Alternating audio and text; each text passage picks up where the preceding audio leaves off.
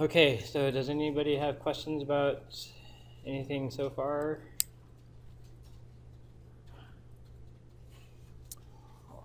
All right, so what I wanted to do, so we've been talking about how to do input using the scanner class. We just started doing that yesterday.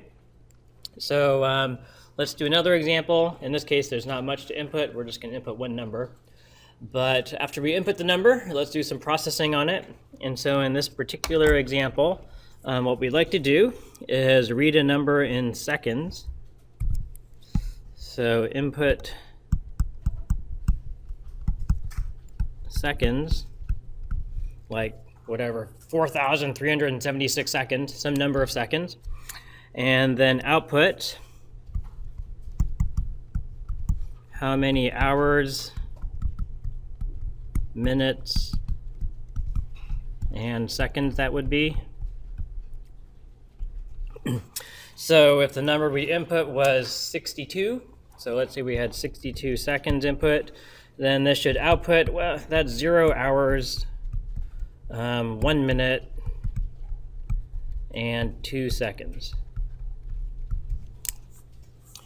All right, so with most of these problems, well, sometimes most of the work is figuring out how to solve it rather than actually writing the code to do it.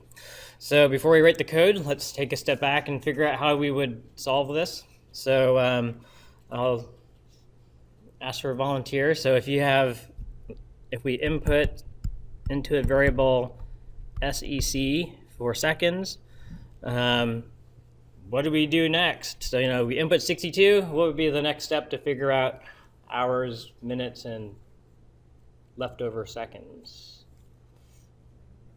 Another variable with hours, and I would have my hours variable be, I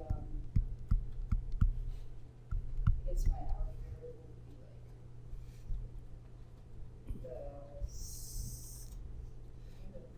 would be trying to think of the math I was thinking before, but it would be, I would just put in a formula so that it could take a set seconds variable and then Turn into hours? seconds.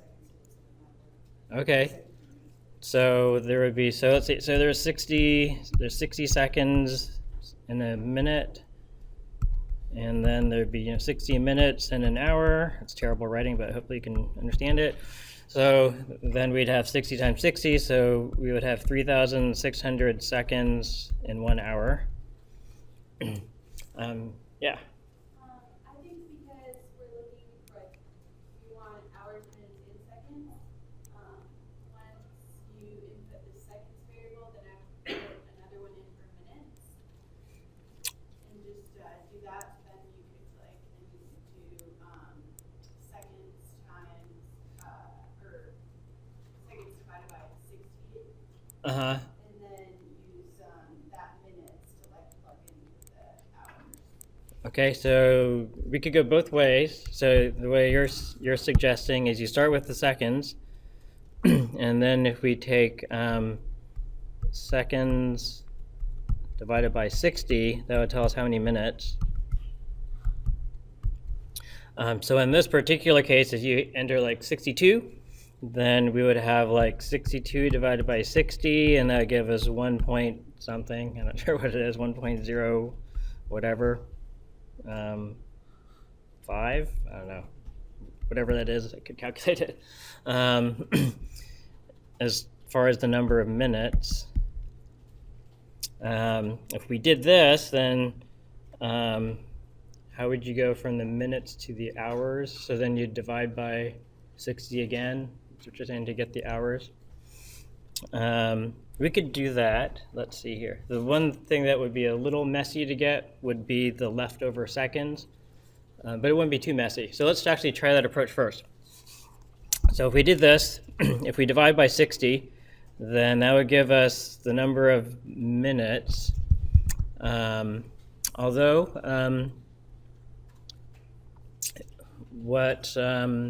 if we did it that way, in this case it wouldn't be too bad. Where it would become a problem would be if you had more than 60 minutes, maybe. So let's say we had So let's just say, for example, we had 3,600 as the number we input. We input 3,600 seconds. So then if we do this calculation, we do 3,600 divided by 60, then that would give us 60 minutes, or 60.0. So then the trick would be, we really don't want to output 60 minutes. We would really like to output 1 hour and then 0 minutes. At least that's, I mean, I didn't explain that in the problem, but what we like to do is output the number of hours that go into it first, and then whatever's left over, however many minutes, and then whatever's left over, how many seconds. So if we're doing it with the leftover minutes and seconds, and then it'll be a little easier to start with the hours first, to figure out the hours. So in that case, we could do, if we know there are 3,600 seconds per hour, we could start with the seconds, divide by 3,600, and then that would give us the number of hours. So in this particular case, I would have exactly 1.0 hours. And then what if I had more than 3,600? What if I had 3,661? So if we divide by 3,600, then this would be 1 hour with the remainder of 61. So here's where the modulus operator can come in handy. So if you remember, the modulus was you divide and you get the remainder. So if we use regular division, if we use integer division, then this would chop off anything after the decimal point and just give us the number of hours. And then if we use modulus,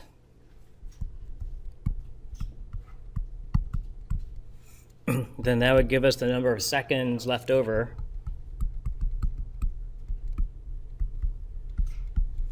After the hours are accounted for.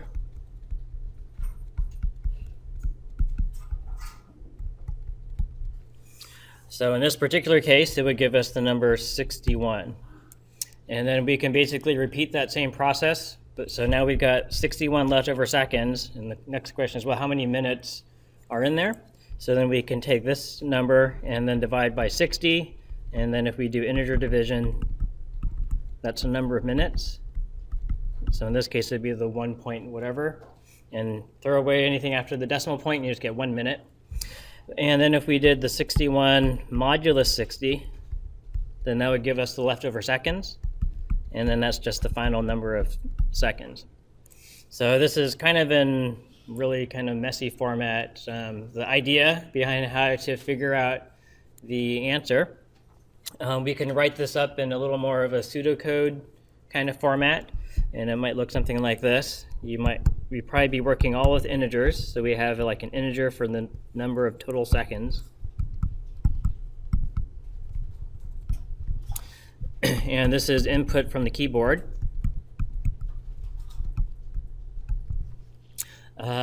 And then we need variables for the hours, the minutes, and the seconds. So we'd make 3 more variables, 1 for the hour, 1 for the minutes, and 1 for the seconds. And then we just said to figure out the hours, the hours was we take the total number of seconds and divide by 3,600. And so here we make sure that we do integer division.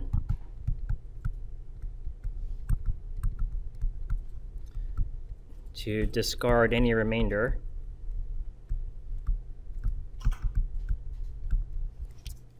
And then next we wanted to get the leftover seconds after the hours are accounted for. And one way we could do that, we could make a new variable like leftover seconds. And that is total seconds, modulus 3,600. And then to figure out the minutes, we took the leftover seconds and then divided that by 60.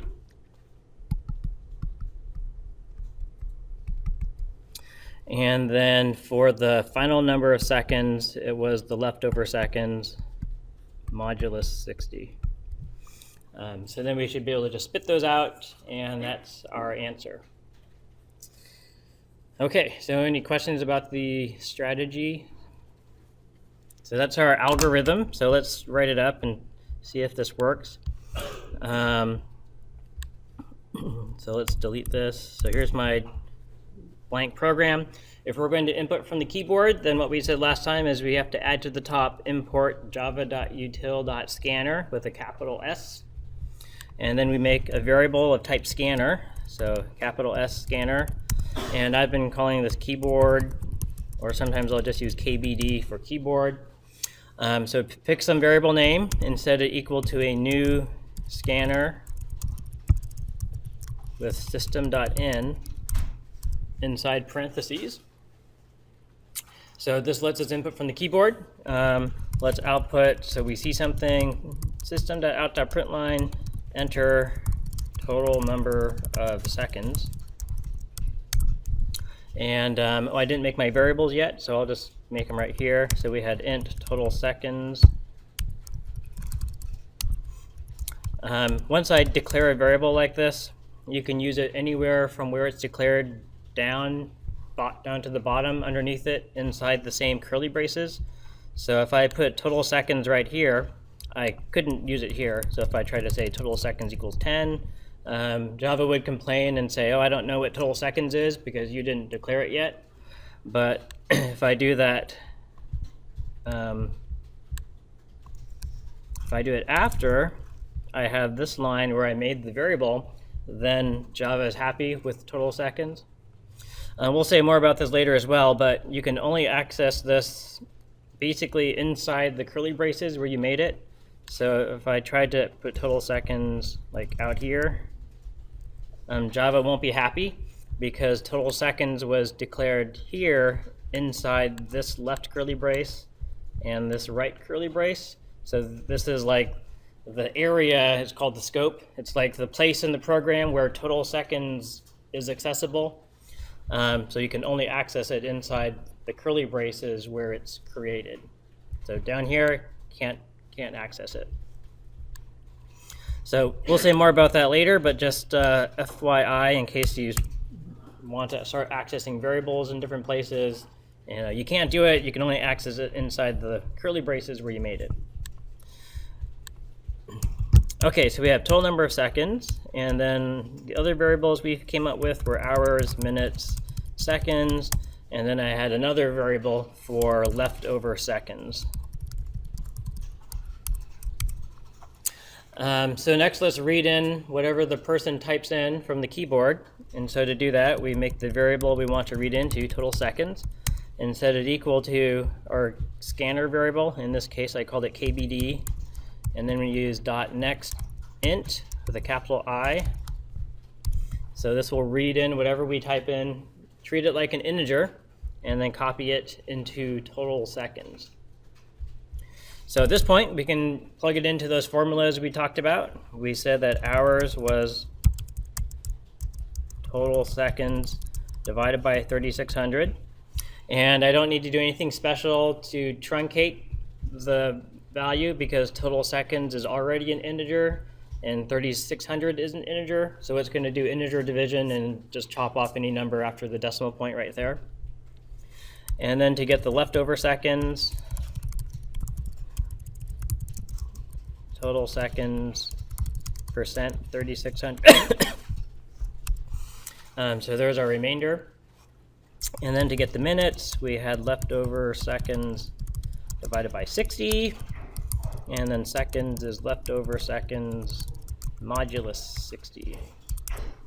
And then the last part is just to print those out. That is hours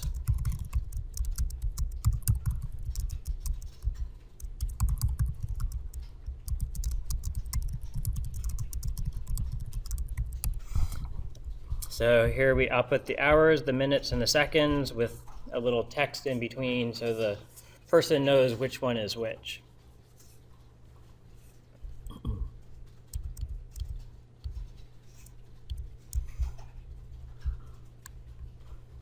So that's our program. So if I compile it and then run it, and we give it something like 3661, then it tells us it's 1 hour, well, 1 hours, I guess grammatically it's not quite correct. 1 hours, 1 minute, and 1 second, which is the right answer. And if we give it another thing, like we give it 63 seconds, you get 0 hours, 1 minute, and 3 seconds. And some other number, just give it 5 seconds, you get 0, 0, and 5 seconds. We give it some other big number, then it's 235 hours. I haven't verified that, but I'll assume it's correct. Okay, so last time we talked about using printf. So just as one more example of printf, let's do the same thing but using printf. So I'll do system.out.printf, and that is, and then right after that is, I want to put the hours, and I'll use %d as a placeholder for an integer digit, and then another one for minutes. So all together I have that is placeholder hours, placeholder minutes, and placeholder seconds. And then I want hours to be the first one, so I put hours first. Minute second, so minutes would then tie into the second %d, and then finally seconds last. Oops. And then seconds goes to the last %d. And then I'll put a \n here for a new line, so it'll put a carriage return after this thing. So these two lines would output the identical thing. So 3665. So here I get 1 hour, 1 minute, and 5 seconds. So you can take your pick if you like to use printf or printline. Most people prefer printline and then only use printf if you really need to do fancier formatting.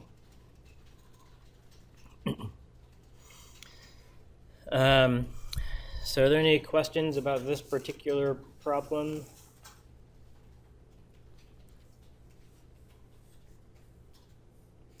So on the homework, you have a sort of similar but more complicated version of converting like time on a treadmill, like miles per hour. So but it uses some of the same ideas, and you could use the same basic approach where you calculate total number of seconds first and then go from there.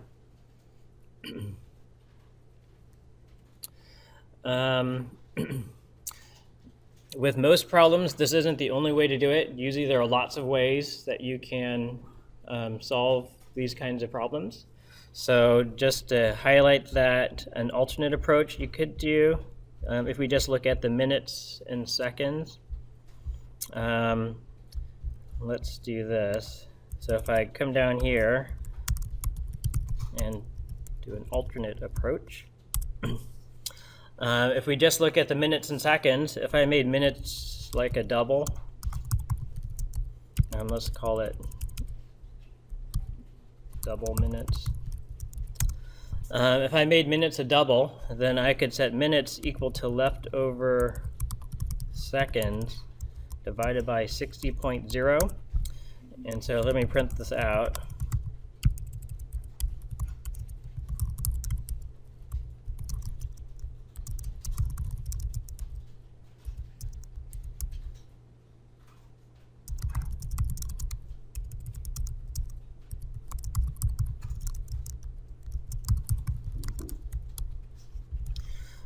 So what I did right here is divide by 60.0 instead of just 60, and so it'll keep whatever's after the decimal point since I made this a double.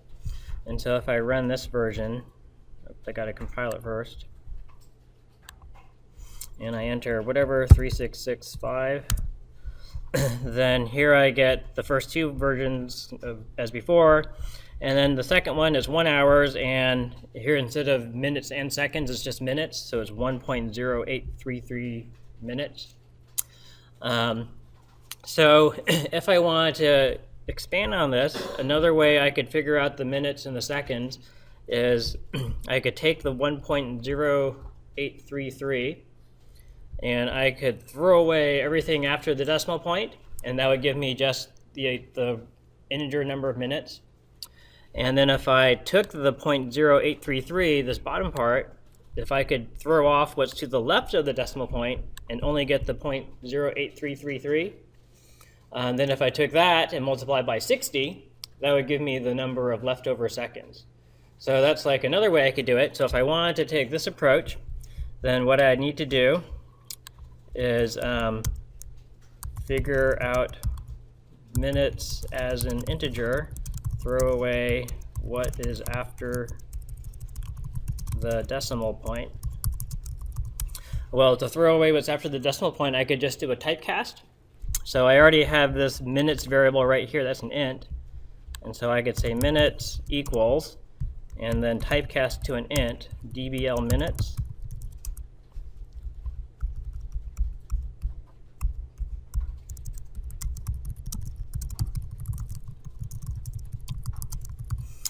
So that would throw away anything after the decimal point. So in my example, that would give me 1.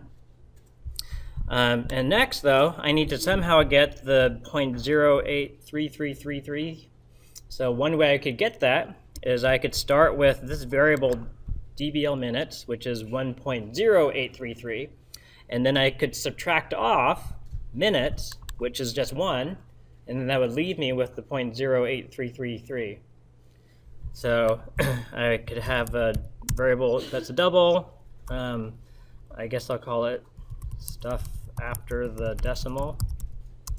And it's equal to dbl minutes minus minutes.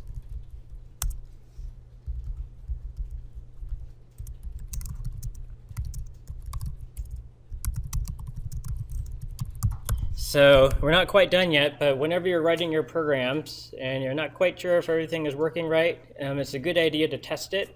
So just to make sure that this is really giving us the number after the decimal point, then I'm just going to do this right here. I'm going to do a system.out.println of stuff after the decimal, just to make sure that it's printing out 1.08333, or just to make sure it's giving us 0.083333 when I give it 3665.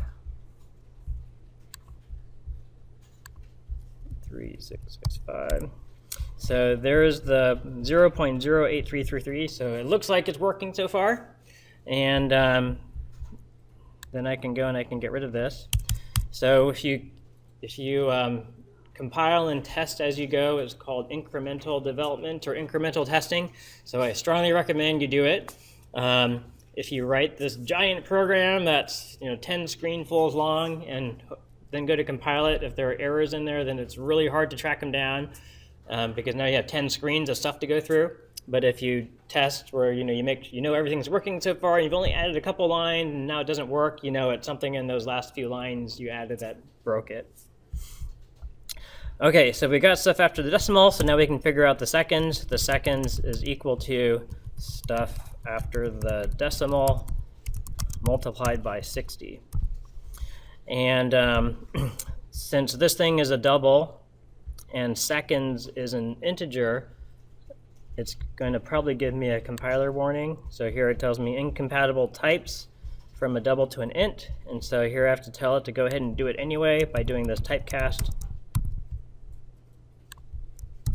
So I put int in parentheses in front of it, so this whole thing gets calculated first, then it gets turned into an integer. So I'm aware of I'm losing any fractions of a second, and in this case there shouldn't be, but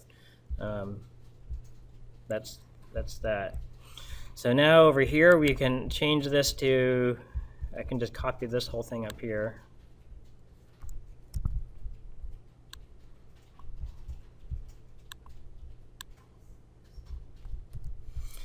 So here I can output the hours, the minutes, which we just recalculated right there, and then the seconds, which we just recalculated over here, and it should be the same. Oh, I got a different number. I got 4. and actually I know why. Well, so it's almost the same. And so here the reason why it's a little different is because here it's doing this truncation over here, where up in this version it's not. It's doing it based on the exact number of seconds. So if you wanted to fix that, then probably what we would do, I could do this. Let's try this. Math.round.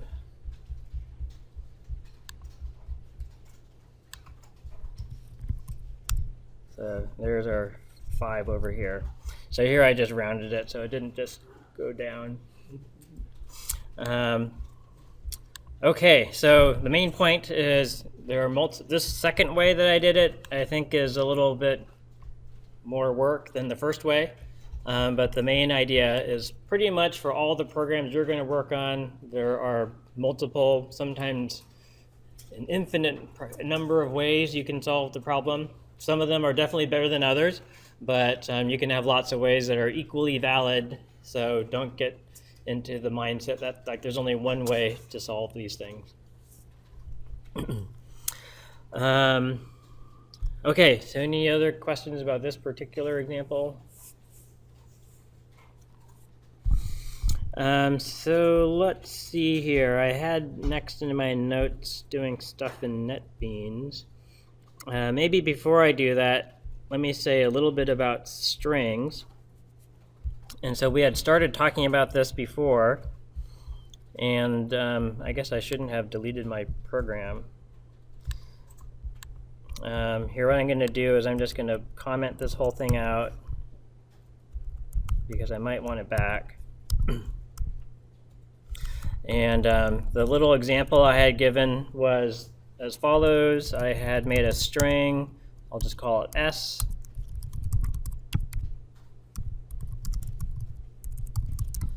Enter a string, or how about enter some text.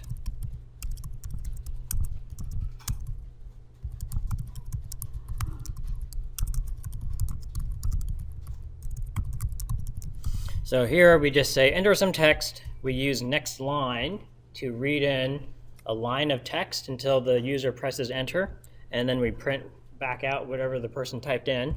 And so this little version is going to work just fine. And I enter some text like hello there, and so it echoes it back out. And we had said that if you use next line, it'll read the whole line. If I use only next instead of next line, then it only reads to the next white space.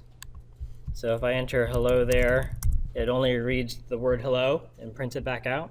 So use next if you want to read in just like one word, but use next line if you want to read in a whole line of text.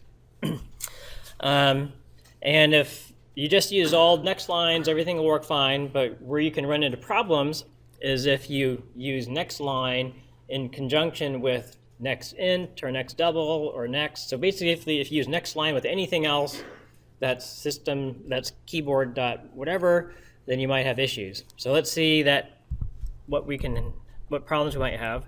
So first, let's make an int I, and then we'll do system dot, oops, let's do it here.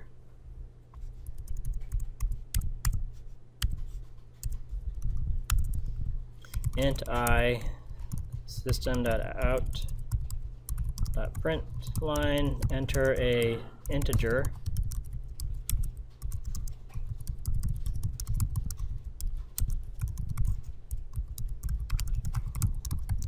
So basically the same exact thing, but this time we asked for an integer and then output it. So if I compile this, I run it, enter some text, hello there, there it outputs hello there, enter a integer, I enter 85, and it prints it out. So that worked exactly like we would expect it to work. So, okay, so any questions there? Should be pretty straightforward once you learn all these commands. But what if we did this? What if I entered the integer first before I entered the string of text? So all I'm going to do is take this, cut it out, go pop up here, and paste it in. So enter the integer first, print it out, then we enter the text. So you would expect the same thing to happen, but I just typed the number first. If I compile it and then run it, I enter my integer, 85, I hit enter, and then it doesn't even give me a chance to enter text. It just comes back and says enter some text, and then I get a blank. So it's kind of weird what's going on. So we alluded to what's happening here is there are differences between next int and next line, and let me try to explain them over here. So whenever we have next or next int or next double, all of these skip any leading white space.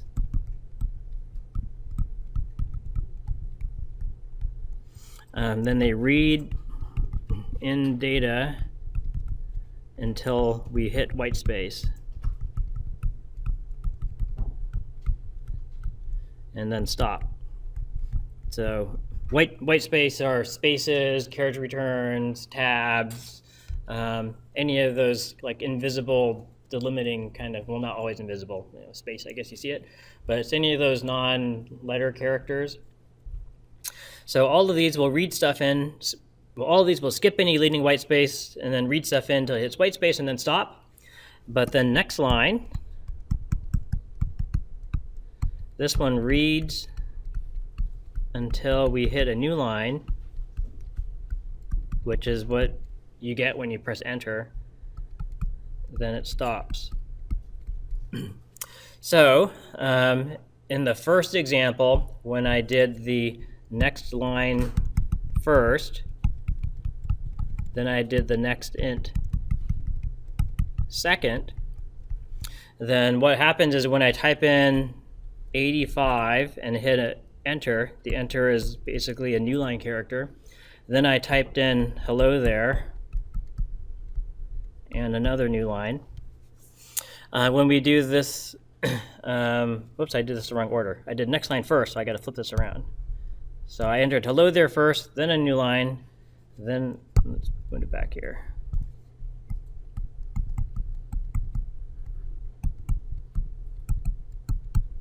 So I enter hello there first, enter, 85, enter. So when it does the next line first, you can think of this as like a cursor where it starts at the first thing we type in and then starts reading. And so, well, that's not a new line. None of these are new lines. And then finally it gets right here. There's a new line and it stops. And then everything that's read in gets copied into my variable, in this case s. And so then s outputs hello there, like we expect. And then at this point, this cursor is right here on the new line that we pressed enter on for hello there. And then when we do the next int, we said that the behavior is you skip over any leading white space. Well, this is white space, so it's just going to skip it and then go to something that's not white space, the 8, and then start reading the 8, read the 5. Here's some white space, so stop. And so we just read in the 85, so that gets copied into the int, and then the integer is 85, just like we expect. So where we have problems is when we reverse this. So if the next line was second,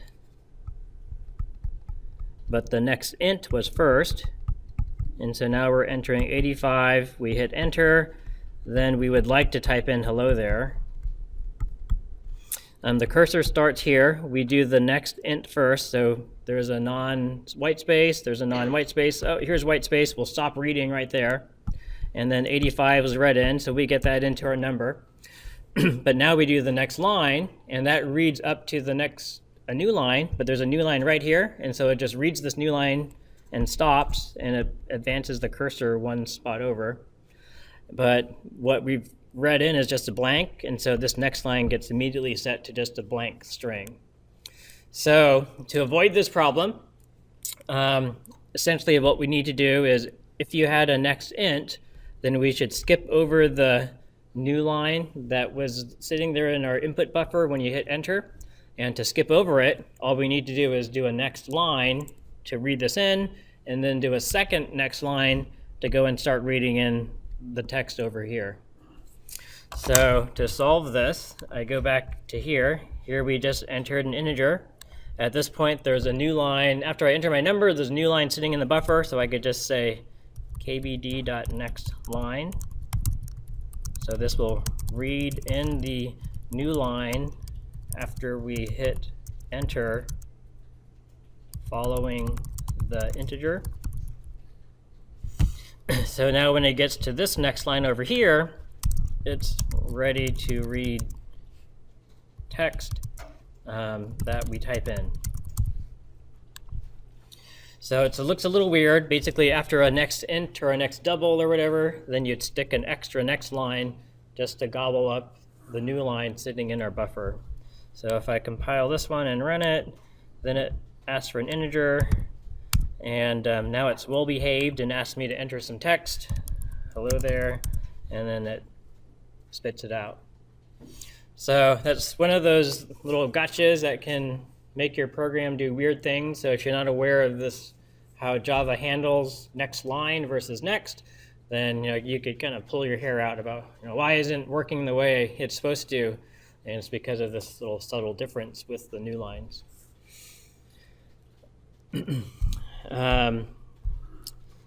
Okay, so any questions about that?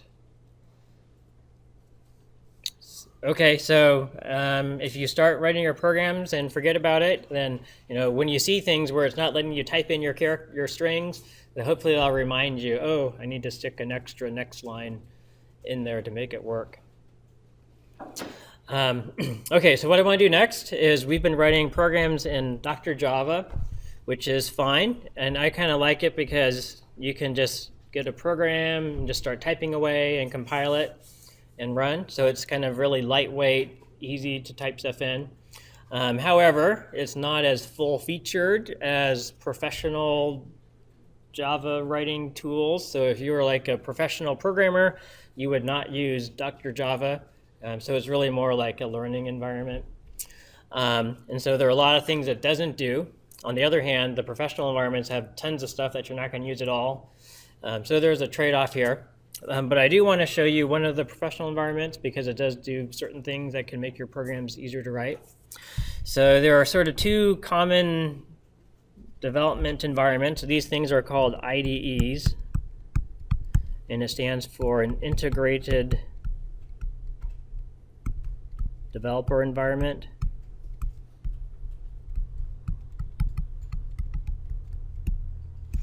And basically an IDE is like a fancier program for you to enter your program. So it's used to help you write your programs. And there are two for Java that are popular. There's Eclipse, and there's NetBeans, and I can't think of any others off the top of my head. So those are really the two main ones right now. If you ever go to write Android applications, those are all written generally in Eclipse. And then NetBeans is not really used for Android, or you could, but it's used for other things like also like web services and things. So here we'll use NetBeans because they should be on the computer. Eclipse is on there too if you want to use them. But here I'll just show using NetBeans. So it should be somewhere in, like, if you go to Start in All Programs, I think you should have an option for NetBeans. In my case, I've got a link to it. Your version is probably 7 something, so here I upgraded to version 8. So one of the downsides for using these is it takes a while to load. Like Dr. Java pretty much instantly pops up. With NetBeans, you start it up and you gotta wait for like a minute for it to finish loading, and then you have to make a project and stuff. So it's more heavyweight than Dr. Java, but it does give you more stuff.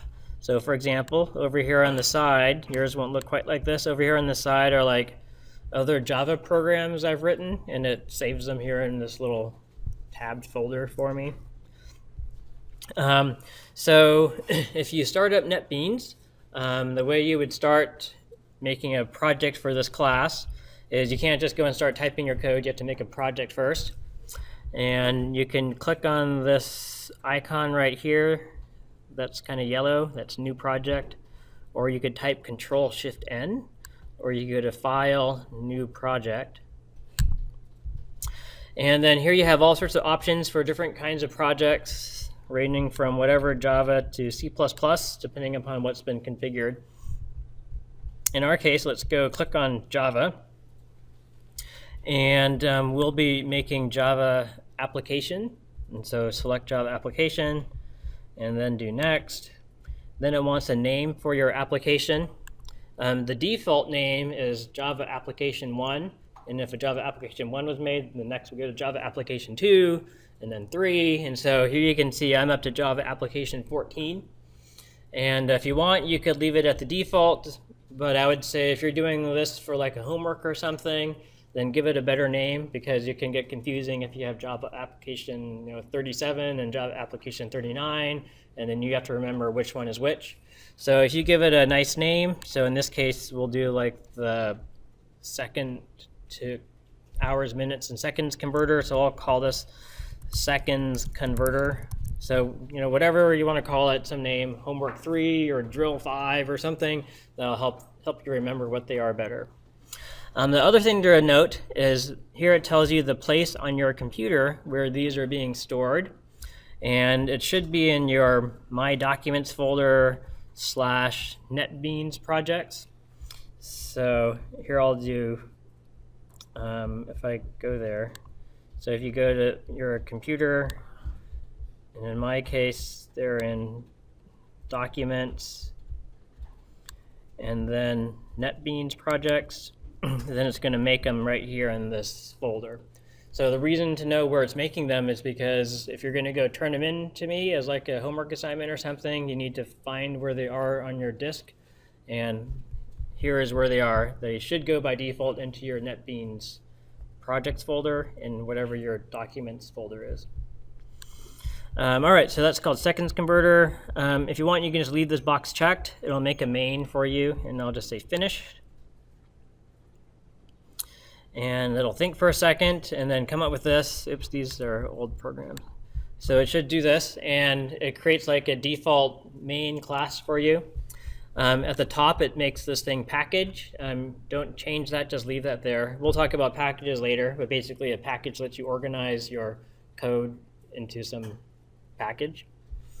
And then it makes public class, and then whatever comes here is whatever you named your project. So if you left it as Java Application 97, then this would be Java Application 97.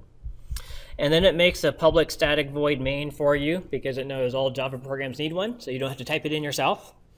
And then there's a little to-do here, and basically you can go here and you can start typing in your program. One of the nice things about using this kind of IDE is we can do, it has some nice features, like when I start typing, like system dot. When you hit a dot, it comes up with these little pop-ups, and the pop-ups tell you what you could type next. So you could type E or R in or out, and all this other stuff as well, which we haven't talked about, but those are like the valid functions or methods you could use. So we've been using out dot print ln. Oops. So as I type it here, it gives me like a little help about telling us what this does. So that can be useful.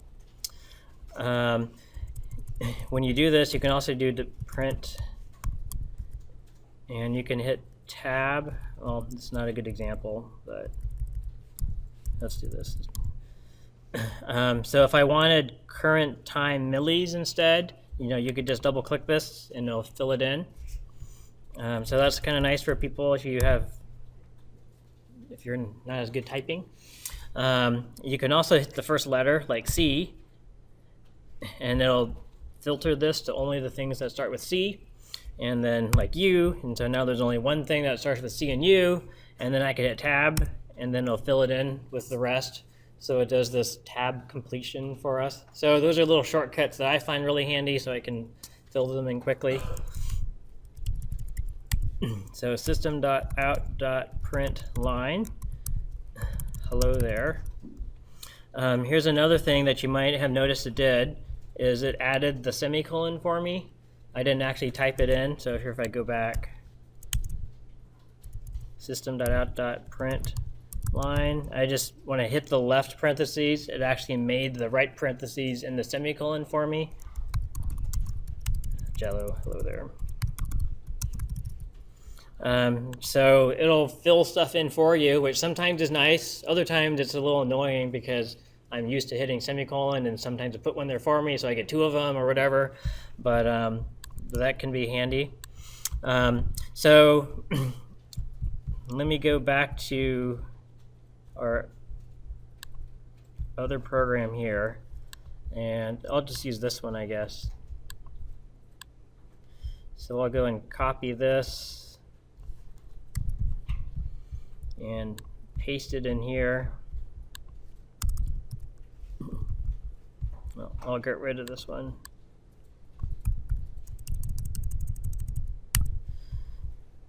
Okay, so here I just pasted in from my old program, and if you have typos, it'll be like Word, and it puts like a little red squiggle under the things it doesn't know. And so here it's giving me a squiggle. It doesn't know about the scanner, and that's because I didn't do the import at the top. I'm supposed to go up here to the top and do, don't put it under package. So package needs to be the first thing. So under package, you do import java.util.scanner. Another thing you could do is for some of these, when it has the red squiggle, you can usually hover over it, and then if you do Alt-Enter, whoops, Alt-Enter will show, oh, where am I? If it didn't do it for me here. There's a way where sometimes it'll fill it in for you. All right, so here I did Alt-Enter, and then it'll pop up with what it thinks will fix the problem. And if it's something that's pretty simple, like you didn't do the import, then you can just click it and it does it for you. And so it'll kind of auto-correct errors for you. But it's not 100%. Sometimes it'll, so don't rely on that. If you have a squiggle, don't just Alt-Enter and then pick the first thing and assume it's going to work, because it might not fix it correctly. Let's see. Is there anything else to point out here? You can also do some nice things, like if I wanted to comment out this code, I could select it, and then there's a button up here. It's this one right here. It puts slashes in front of all of them so that they're commented out for me. And then I could reselect it, and I could do this button, and then it uncomments it for me. So those are sort of like the little bonuses you get for using the IDE versus doing it in something like Dr. Java. When I go and run this, to run it, you don't have to click compile and then run. It's all done for you together in this one button. And so you just click this button right here. It's like the play button you'd have on a DVR or something. So we say run, and then it runs in here. It doesn't give you a little box like Dr. Java does. It says enter an integer, and you just click down here and you type it in. And then enter some text. Hi there. And then when it stops, it says this build successful thing and how long it took to run. So same kind of idea where the execution happens down here. It just doesn't have the red boxes for you to type in. Let's see, what else can I say about the IDE right now?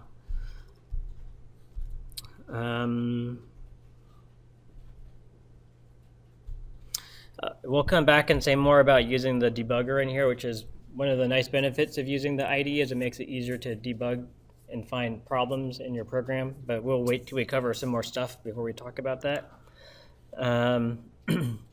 So for now, that's the main thing about using NetBeans. And then if I go back here to the folder where it stored them, I called my thing seconds converter. And so I scroll through here in my NetBeans project folder. And there it is down here at the bottom. And if you were going to turn this in, anyways, if I click in here, it's got a whole bunch of files. And then in the source folder in seconds converter, here's the actual Java code that I wrote. right here. And so if you want, you could turn in just that file. But then the easier way that might be for you would be, if you want, you can just turn in this entire folder. To turn in the whole folder, if you're on a Windows machine like this, you can right-click on the folder and then do send to compressed zip folder. And then that creates a file called secondsconverter.zip, and that contains everything inside that whole folder. And so then you can just turn in this one file for everything in that folder. So that'll probably be a little easier than navigating in and copying in all the separate Java files. For now, there's just going to be one Java file, but later on in the class, you'll have like 4 or 5 files in there. So this way, it just makes it easier to have one file. Also, if you were like working on your machine here and you have something you started and then you want to go take it home and finish working on it, then you can do the same thing. Basically, what I would probably do, I'll delete the zip file. I would probably just go to the seconds converter folder, copy that whole thing to like a USB drive or whatever. Then if you take it home, if you have NetBeans, you can go up to File and Open Project, and then you navigate to that folder that you copied on your USB drive, and you can open it up. So that's a way you could transfer stuff between computers if you want to. Let's see. I guess the last thing I was going to say, when you turn in, I haven't actually made a turn-in link on Blackboard yet, but what I'd like you to do is when you turn in the homework assignments, go ahead and turn them in on Blackboard, and I'll have like a link on the left-hand side to submit assignments. And well, maybe I'll just wait till I get the link set up. But basically, do it online. There's 2 buttons. There's a save button and a submit button. So if you save it, then it saves it on the server, but I still can't see it. So you have to click the submit button to actually submit your homework assignments. So just to point out the difference, because sometimes people click save and think they're done, but you're not. Okay, so the last thing I wanted to mention here, I have some stuff about strings I think I'm going to skip. But let me just do one real quick thing to introduce some graphics, and then I'll stop.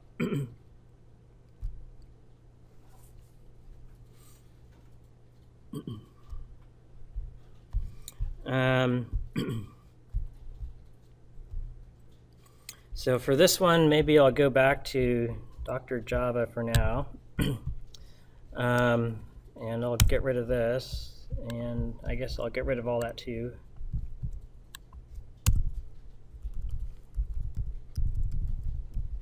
So one of your homework assignments is to write a program that does some simple graphics. And so let's just start to introduce this idea of how to do a window with graphics. And so what I'll do is I'll import at the top. I don't need this scanner. I'll import java.x.swing.jframe. And I'll import java.awt.graphics. So those are just 2 things we'd import to get access to the graphics library. In this case, we're using this thing called Swing. Right after you do public class whatever, you add on here extends JFrame, and that's capital J and capital F. And a JFrame is a Java frame, and it's basically a window. So this gives us access to making like a screen that really doesn't do anything, but it lets us display a window on the screen. And I have to add a couple things here. I have to add this thing called a constructor, and it's public Java program.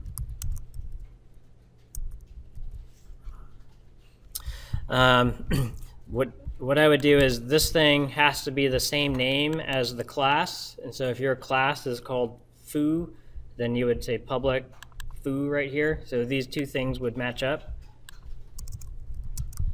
So this is called a constructor and must match up with the class name. And what I'll do in here is a couple things to set properties of the window. So one thing I'll do is set the size. So if I do 300, 200, this is going to be 300 pixels across and 200 pixels down. So a pixel is one of the dots on the screen. So you're probably aware your screens are normally like, I don't know, 1,280 pixels across or something, and maybe 768 pixels down. And so this tells us how big the screen should be in terms of like an X and Y dimension. And then I'll say set default close operation exit on close. This line makes it so the program will stop when I click on the X. So we like it so you click the X in the corner, the program gets killed off. It won't do that unless we add this line over here.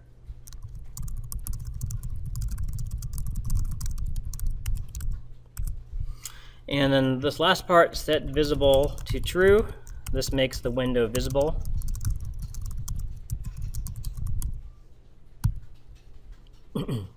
And then to start down here, I would say Java program my window equals new Java program.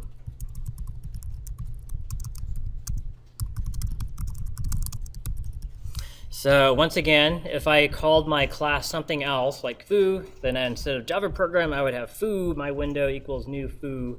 So just make sure that name is consistent throughout the program. So what's going to happen here? So we said that when you start a program, it always starts in main. So it's going to start running here in main, and this says create a new Java program object. Well, in this case, the Java program object is a type of a JFrame, and so it's going to inherit these things that make a window. And then when you use this new, when it creates the Java program object, it automatically runs what's inside this public Java program thing here that's called a constructor. So basically, when I say new Java program, it's going to run these 3 lines of code. It makes the window that's 3 by 200, tells it to close when you click X, and then it's going to be visible.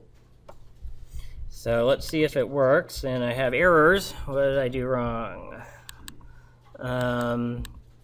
Public. Oh, I forgot parentheses, sorry. So right after you do Java program, you need a left and right parentheses. I left those out. That's very important.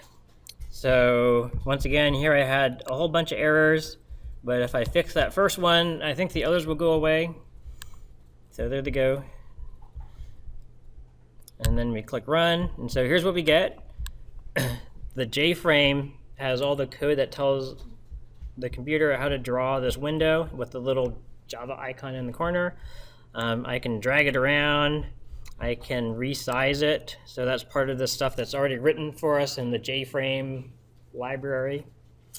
I can minimize it, and I could maximize it or maximize it.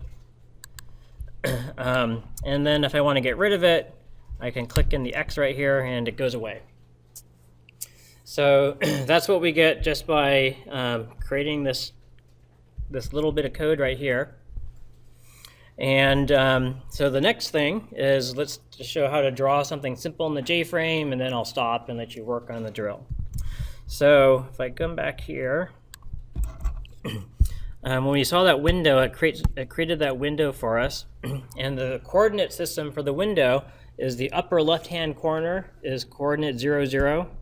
So 0, 0 is the upper left coordinate, not the lower left like in math. So it's a little different than math. Upper left-hand coordinate. And the reason it's the upper left-hand coordinate stems from historically how the monitors were drawn. And so they've historically been drawn by like the cathode ray tube would go across the top and draw pixels across like this from left to right. And so just since it was going from top to bottom, left to right, it made sense that the coordinate system would start in this upper left-hand corner. So 0, 0 is the upper left-hand corner. If I went like over here, this is the X coordinate. This would be, say, whatever, 200, 0. If you wanted to get something over here, this would maybe be 200, whatever, 100. Over here, this would be the Y coordinate goes down. So this will be X of 0 and Y is, say, 100. And then like right here in the middle, that would be like 50 over and then 50 down. So that'd be like 50, 50. And so that's the coordinate system that we use to specify a position on the screen.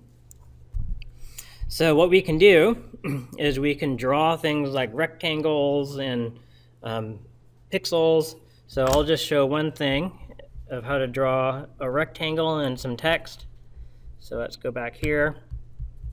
To draw stuff, I make another method, like out here, and it's public void paint, and I have to put this thing inside parentheses, graphics G. I could call it something other than G, but G is kind of the typical thing. And then I have a little boilerplate to do up here. The very first thing I should do is super.paint G.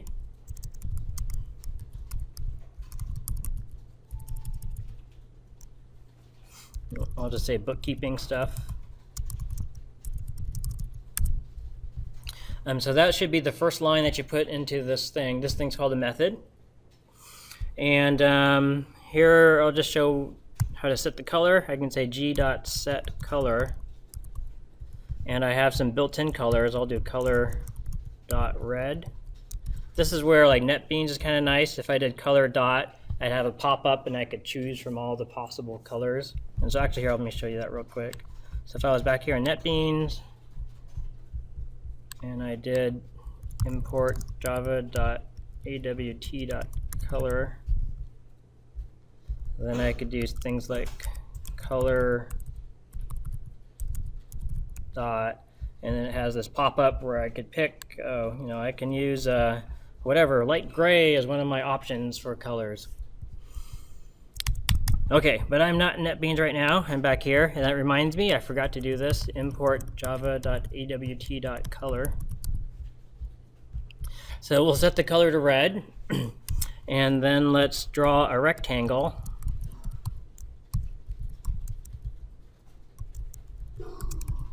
And so what this says is the upper left corner is at coordinate x equals 10, y equals 50.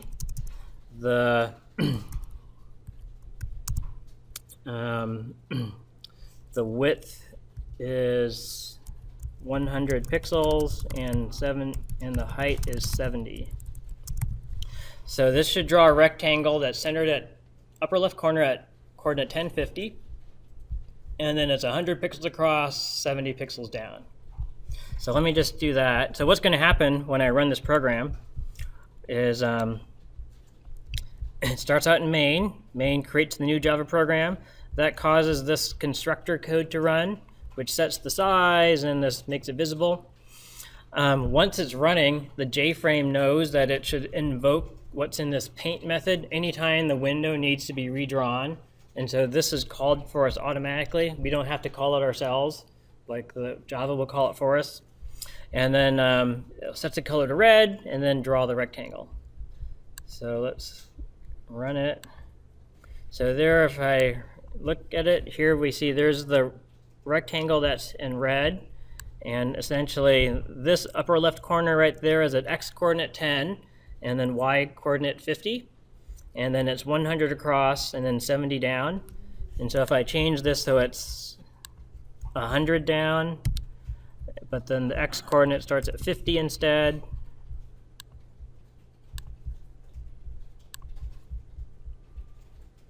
Then, there it is. So then here we can see now it's made a square because it's 100 across and 100 down. And actually, if you look at it, it's not a perfect square. And even though it's 100 pixels across and 100 pixels down, a pixel is not a perfectly square thing. So it's actually a little taller than it is wide because the pixels got an aspect ratio that's not quite exactly the same. And then this has been offset, so now that it's 50 over and 50 down. You might look at this and say, hey, that doesn't look like it's 50 down because the across is more than the height or whatever. But the 50 actually starts from the upper left-hand corner way up here. And so like this title bar is part of the coordinate system. So if you start it up here, it's actually 50 across from here and then 50 down from there. Yeah, you had a question? I noticed when I resize the window, it flickers. Yeah, there's there's a way you can set double buffering on it. I have to look it up, but there's a way. If you Google it, you'd see like it's like a flag where you can just set double buffering to true. Is the reason just because it's being called on? Yeah, exactly. Yeah, because as I'm dragging it around, it's calling it, and so it might be catching it like in between the draw. Okay, then the very last thing is I'll just put some text in here. I can say g dot draw string, and then I give it the thing I want to draw, moof, and then I give it coordinates. So this should draw a moof at 200, 200. There's more things where you could specify the fonts and stuff. And so there it is down here. So I think I'll stop there for now. There are more drawing operations we'll get into on Tuesday, I guess, since there's no class on Monday. But if you like, you can look ahead a little bit and you can see how you can draw other stuff like circles and lines and so forth. Okay, so any other questions? So for the drill, what I want you to do is to take the Twix bar thing we did in class yesterday and then add input to it. So you input from the keyboard, and then the other thing is to use NetBeans just to force you to see what it looks like using an IDE. So pretty much from here on out, you can take your choice of what IDE you want to use, although there's a couple places where I make you use NetBeans because I want you to use the debugger on it, but that'll be for later on. All right, so I guess I'm done talking, so I'll come check you off when you're done.